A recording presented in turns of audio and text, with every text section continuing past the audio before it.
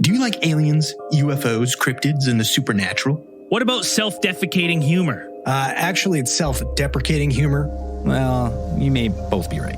Alien Theorist Theorizing is a comedy podcast that examines cases like Roswell, Bigfoot, or the Atacama alien. If any of these topics pique your interest, subscribe to Alien Theorist Theorizing free anywhere you find podcasts or go to alientheorists.com.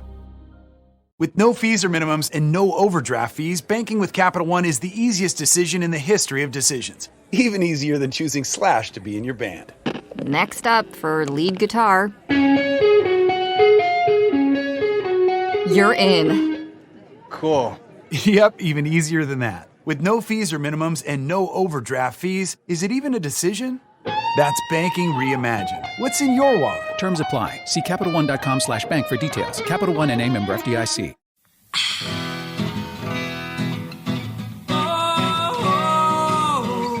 Welcome to Hempresent. I'm your host, Vivian McPeak.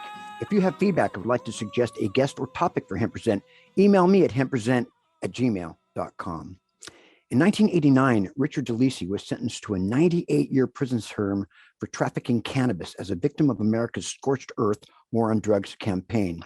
Released from prison in December 2020, Richard was reunited with his family after spending 31 years incarcerated over a plant.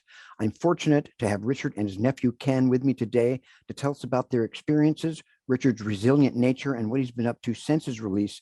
Welcome, Richard and Ken, to Cannabis Radio. Oh, thank you. Yeah, thanks. Great to be with you guys. Absolutely. It's great to have an opportunity to talk to you both again, man. Richard, you received 90 plus years in prison on a RICO case, a reverse sting entrapment operation using an informant against you. Can you give us a little background on how all of that came down? How did you end up with a 93-year prison sentence? Actually, 98 years, and I did 32 calendars in a maximum security prison. I was never minimum custody or medium custody. They always kept me as close, And, my son and my nephew, Kenneth, which is like my son also, they started a campaign for freedelisi.com.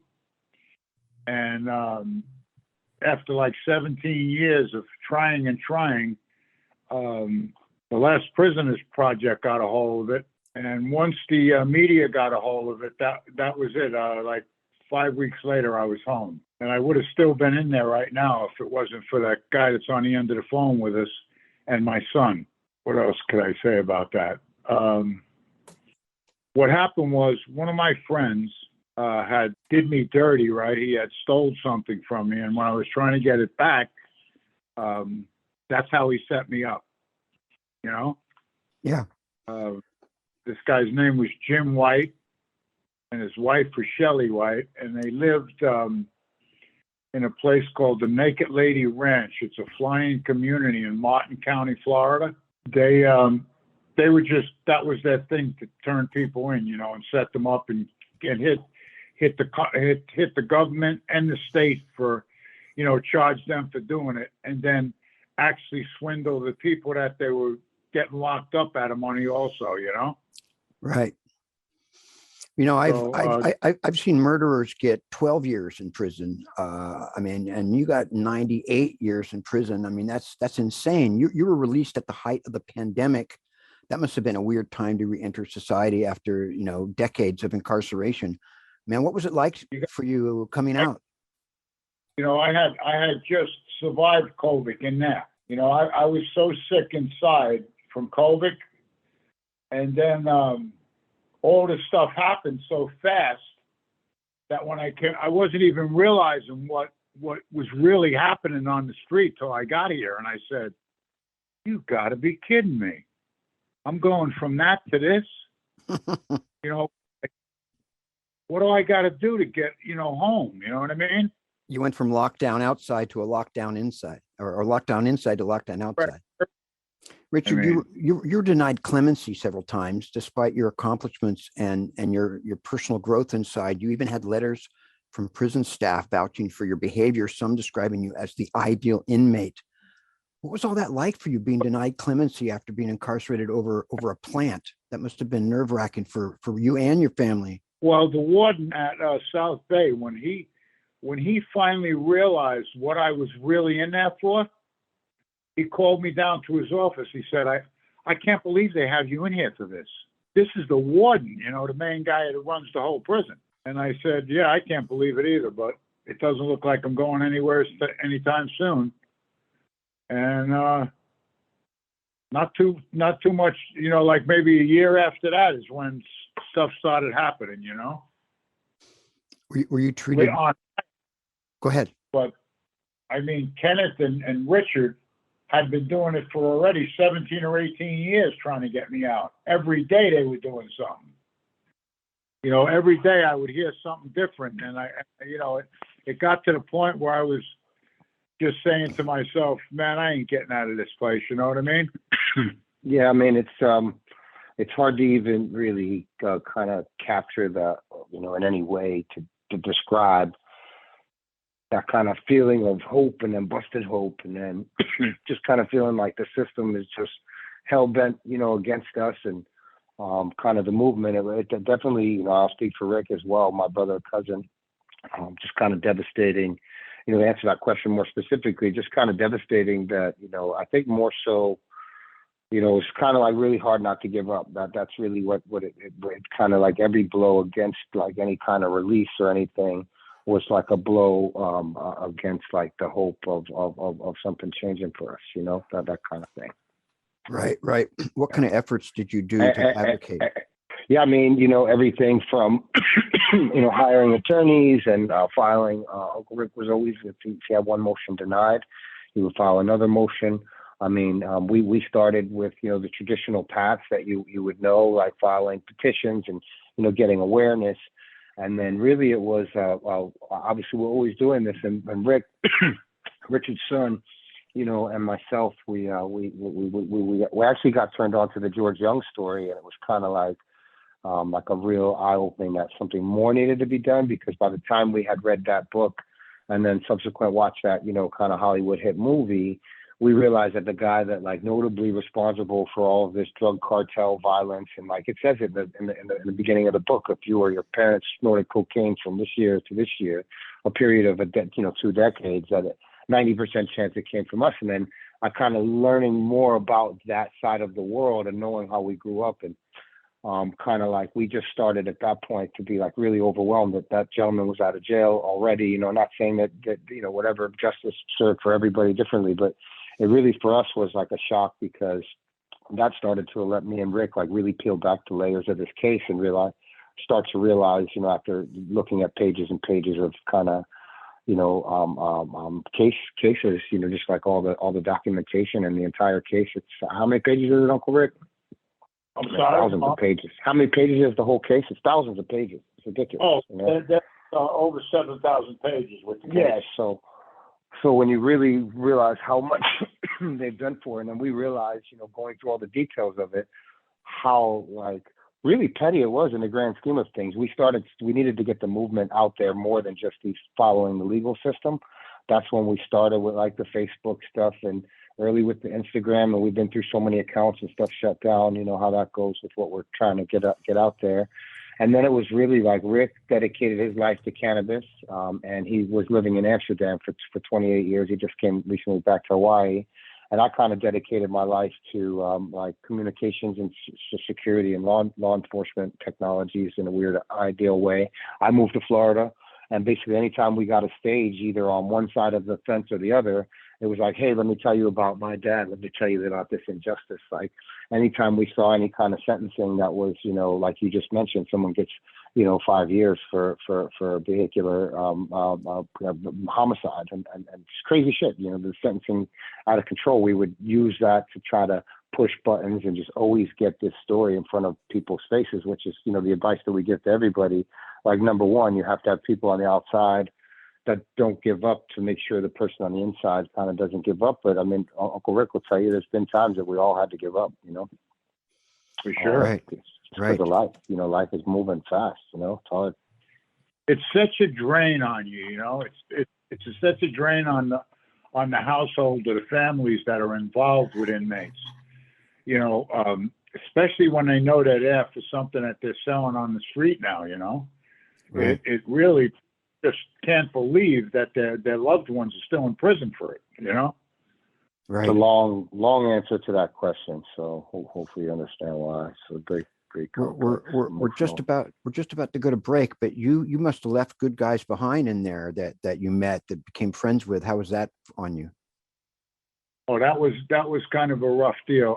Two of my friends that I was in there with, one that saved my life a couple of times, he came home after me. He was supposed to come home before me, you know, and Right. he came home just about I guess he's home about a year now, right, Kenneth? Sean? Yeah, probably a bit long. Yeah, about a year, maybe a little bit longer. Yeah, a miracle. Like his best friend is out here now, living less than 100 miles from him. You know. Wow. Yeah, and you know, he keeps in touch. He's over at my house all the time, you know. But there is I keep in touch with the people inside. The chaplain down at South Bay Correctional Okay. wants me and Sean to keep coming out to the prison, you know. That's great. We got to go to a break, but I want to hold that thought because I want to talk about your mentoring after we go to break of people inside. You did a lot of great work in there. We're going to take a quick break and come back with Richard and Ken. Time to roll out for the people that let us Hempresent. Hang loose. We're coming right back. We're back on Hempresent. Richard, you turned the experience of being incarcerated into something kind of positive by mentoring others inside while you were serving your time. You had a major impact on other people that were incarcerated. Can you talk about that? Well, I got involved with the chapel service and I got involved with the educational service in prison, you know, just to get out of my cell in the beginning. But I seen how much the inmates appreciated it. So I kept at it, and I wound up getting more and more classes and more. At one time I had seven classes in the chapel a week, and plus I had to work at the education for half the day also. You know, educating, like talking to gang members and trying to get them to change their lives. And matter of fact, there's a couple of them that are still in touch with me that went home, that gave up the gangs, and they went home and they, got married and had children, and all kinds of great things happened from people that I was with, you know. That's remarkable. And it's really an unbelievable thing that I can actually pick up the phone and call someone that I was inside with, that they talk to me like I'm their dad, you know. We know there's not a lot of rehabilitation. There's not a lot of rehabilitation. Go ahead. I'm probably the dad that they never actually came in contact with, you know. Right. I was just going to say that there's not a lot of rehabilitation in prison, and it seems like you were kind of filling that hole for these people. Exactly. I was trying to rehabilitate young kids. The people that were older were already, I helped a couple of older guys, but they were mostly young, like my children, so it kind of, when I went in, I was 38. So, my son was, a young kid. So when I seen these kids, 16, 17, 18 years old, gang members, I was like, you got to be kidding me, Right. And I got with like, the higher ups in the gangs, right? And they asked me to help them with their troublesome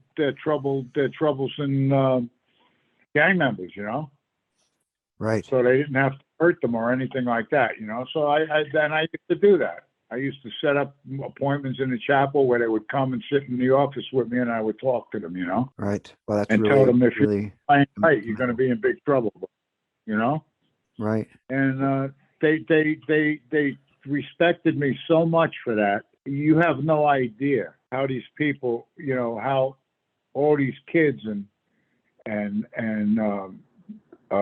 prison people that work there, right? I mean, I had the warden writing letters. I had the sergeants, lieutenants, captains. Everybody was writing to the parole board and the clemency board to try to get me out. Mm-hmm. And nothing worked. They just, someone had it out for me, and that was the end of that, you know? Right. Your incarceration must have also taken a toll on your family. I mean, I know how hard it was on you. I had your daughter Ashley on the show actually while you were incarcerated, and she told me that she had rarely seen you in her entire life outside of prison at the time. What was the experience like for you, Ken, and other members of your family? Yeah, well, that's, I know we got limited time to answer that one, but anybody that's going through this now, I mean, it's just incredibly tough. You know, there's two sides of it. One is like there was, you know, we went through a period of stigmatism, which still exists today, unfortunately, for cannabis usage in general. Like, so at one side of it, like even internally in the family, we had parts of the family that maybe didn't agree with that back then, that kind of turned on us as being kind of the offspring of that situation. And that was difficult alone. You know, I went to, just to kind of put it quickly, I went to 19 schools before I ended up completing high school, you know. I afforded myself the chance to do a little bit of betterment in education. And, you know, unfortunately, you know, Rick, a little bit younger than me, he didn't even get a chance to go to high school. So, you know, from that perspective, just the impact that this has is just like, you can't even really describe it. It just changes your life forever. You know, I often, you know, we would often kind of try to think that we were the ones being punished for it, like a lot of the times, you know, like it was very, very confusing as a child. And then as you get older, you know, watching the industry mature, that was a whole nother side of it, right? And then, you know, like I said, I dedicated a big part of my life and I started paying attention to politics and just, you know, things in general that were going on in society, and realized how, you know, quickly people were getting dished in and out of jail, like for things that were far much greater, you know, sins, you know, kind of mortal sin type thing. So it's just, you know, very difficult, disruptive, incredibly expensive and time consuming. And, you know, I would say the two biggest things really would be, you know, not to give up yourself. And oftentimes, unfortunately, I apologize to Uncle Rick all the time for this now. We would give up for periods of time and just kind of go into block modes. And then other people would also give up on us, like, you know, different relationships that just people weren't okay with the fact that, you know, in the eyes of the guard that was at hand at that point, you know, we were drug kingpins, you know, like there was like that stigmatism thing. And then, you know, it's pretty rough to not have the same friends all the time and move around and all that. And then, you know, lose hope of your dad. And it's just real difficult, you know, and unfortunate. And, you know, right now, what do we estimate, Uncle Rick? If there's 50,000 people incarcerated for nonviolent cannabis, there's a couple million people that I just described out there dealing with this on a daily basis, you know. 1,000 in the state, you know, in state prisons, you know, not to mention other 18,000 in the feds. Richard, what was it while you were in prison? Cannabis started to become legalized, and there were people making money selling cannabis legally for the exact same thing that you were in prison for. What was that like for you? That was the flow, you know. That's when I started. That's when I started sitting down and I started saying to myself, "What am I going to do when I go out now?" Mm-hmm. You know, because I planned on out and going smoking, you know, when I got out. But now you didn't have to smuggle no more. It was right here, you know? And I entertained that, and now I got my own company. Yeah, and you know, I'll just add something to that if I can. I mean, it's definitely at first there was like from the outside, going back to the question you just asked, there was a resentment at first towards that like maturing of the industry, particularly when it happened in Florida. You know, which was, you know, like I'm glad it's here. It's like obviously that's where we exist now. But when the industry started forming in Florida, there was like a little bit of resentment from me and Rick. And you know, one bit of advice I'll give to people, and I just gave the same bit of advice to a gentleman right now that's serving 27 years in Fed and his family. Like, as soon as you drop, like we dropped the bitterness and we embraced the industry, and you know, the industry really created that movement that allowed things to get forward. And I know, you know, as this industry starts to mature, it's always being attacked, and you know, people are still looking at it. There's still big stigmatism we have to work towards, but. You know, it was definitely kind of bittersweet all the way through, even after we embraced it. But we found that, you know, it was because of the industry, you know, and that kind of core percentage of people that come from where you come from, Vivian, and your background, like in this game, like before it wasn't, you know, anything legal, you know, there's still a very positive undercurrent in the industry, corporate chads, whatever you want to call them. There's still a lot of people that love this plant, right?